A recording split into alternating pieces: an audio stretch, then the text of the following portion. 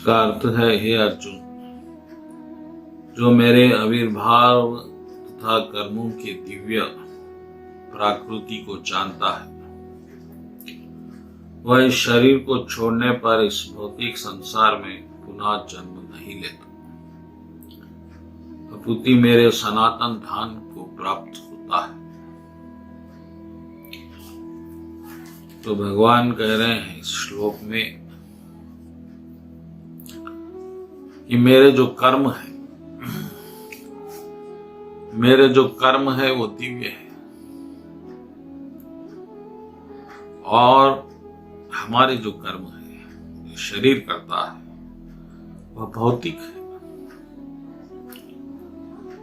और भौतिक कर्म दिव्य कर्म को नहीं छू सकते। भौतिक कर्म की अपनी सीमाएं हैं और उसके अपने कर्म फल है, लेकिन भगवान श्री कृष्ण की दिव्य प्रकृति और दिव्य कर्म है, क्योंकि भगवान स्वयंभू है, स्वयं में आनंद रखने वाले। भगवान को दिव्य कर्म करके कुछ लाभ नहीं। जिस तरह हमें भौतिक कर्म करने से लाभ मिलता है, इच्छाएं पूरी होती है फल से, भगवान को 15 लोकों में पाने जैसी कोई वस्तु नहीं है, फिर भी भगवान दिव्य कर्म करते हैं भक्तों के लिए, भक्तों के मंगल के लिए। और भगवान दिव्य कर्म जब करते हैं तो फिर उसको भक्त लोग बार बार गाते हैं, सुंदर कविताओं में ढालते हैं, और इस तरह से भक्त लोग दिव्य बन जाते हैं, क्योंकि भगवान दिव्य है, भगवान के कर्म भी दिव्य है। और ये दिव्य कर्म जब आप अपने जीवन में अपने गानों के द्वारा अपने हृदय में उतारते हैं तो आप भी दिव्य बन जाते हैं सरलता से।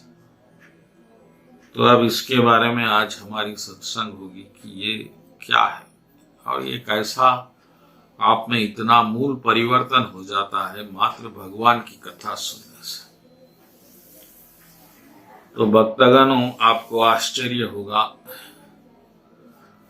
कि आज आप जीवन में जो भी है वो मात्र सुनने से है, श्रवण से है, क्योंकि आपकी इच्छाओं के अनुसार ही आपके सुनने की रुचि बनती है, कथा सुनने की रुचि बनती है। जिस तरह आप धर्म के प्रेमी हैं तो फिर आपको धर्म में रुचि होगी, आप धर्म की किताबें पढ़ेंगे, और आप में देश में रुचि है तो आप देश की किताबें पढ़ेंगे, देश की कथाएं सुनेंगे, और आपकी वासनाओं में रुचि है तो आप स्त्री की या पुरुष की कथाएं सुनेंगे, वासनाओं की, और आप लालची है तो धन की कथाएं सुनेंगे। तो जैसा जैसा आपकी इच्छाएं हैं वैसा वैसा आपकी कथाओं की रुचि बनेगी, और जैसा जैसा कथा बनेगी उसी तरह से आपका स्वभाव भी बन जाएगा। आप पाप की कथाएं सुनेंगे तो आप पापी बन जाएंगे। यही सत्संग की महिमा है। जिस तरह का संग करेंगे आप वैसे ही बनेंगे। इसीलिए सब साधनों में महत्वपूर्ण मुख्य साधन है सत्संग। तो आज आप जो भी है कथा सुनने से, लेकिन दुर्भाग्य ये है कि हमको माया की कथाओं में बड़ी रुचि है, लेकिन भगवान की कथाओं में रुचि नहीं है।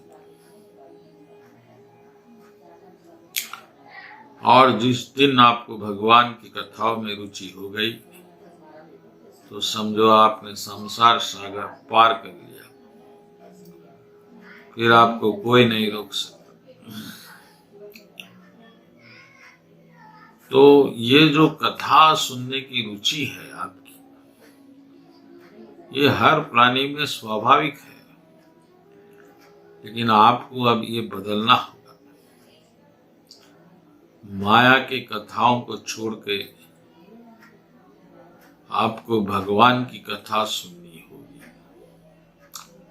तभी आपका कल्याण होगा।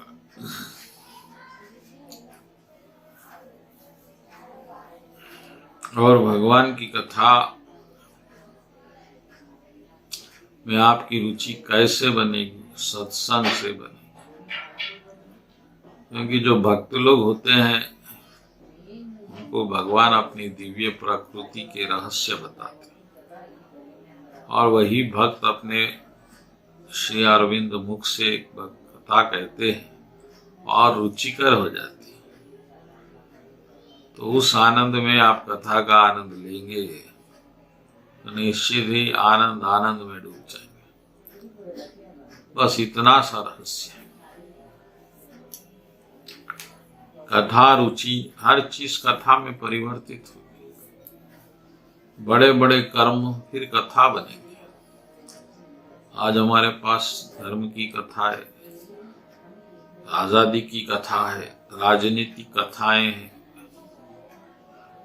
तो ये सबको कथा बनना ही है, और कथाएं बनेंगी तो आप भी उसका रस लेंगे, और ये रस ही आपको आपका स्वभाव बनाएगा, और फिर अगला जन्म इसी भाव पे निर्धारित होगा। इसीलिए अब आपको दिव्य भाव बनाना है, ऐसा आपको निर्णय लेना है। और जैसे ही आपका दिव्य भाव बनेगा आप दिव्य हो जाएंगे, क्योंकि कृष्ण के कर्म दिव्य है, कृष्ण की बात दिव्य है, कृष्ण की देखना दिव्य है, हर चीज दिव्य है। तो आप की कथा में रुचि बन नहीं रही। कथा में रुचि बन गई, काम खत्म हो गया। भगवान खुद ब खुद आपके हृदय में आ जाएंगे, बिना मेहनत के। कोई उपवास की जरूरत नहीं, कोई तीर्थ यात्रा की जरूरत नहीं। बस कथा आप पढ़िए या सुनिए, बस इतना आसान कर दिया भगवान ने। और इतनी लीलाएं की भगवान ने ताकि आप उसको सुने।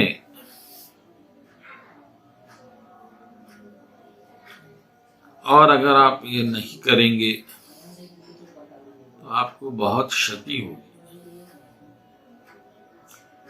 यह आपको खुद पता बाद में चलेगा। तो भक्तगणों, भगवान की प्राप्ति का सरल मार्ग, सुगम मार्ग, मंगलमय मार्ग है सत्संग।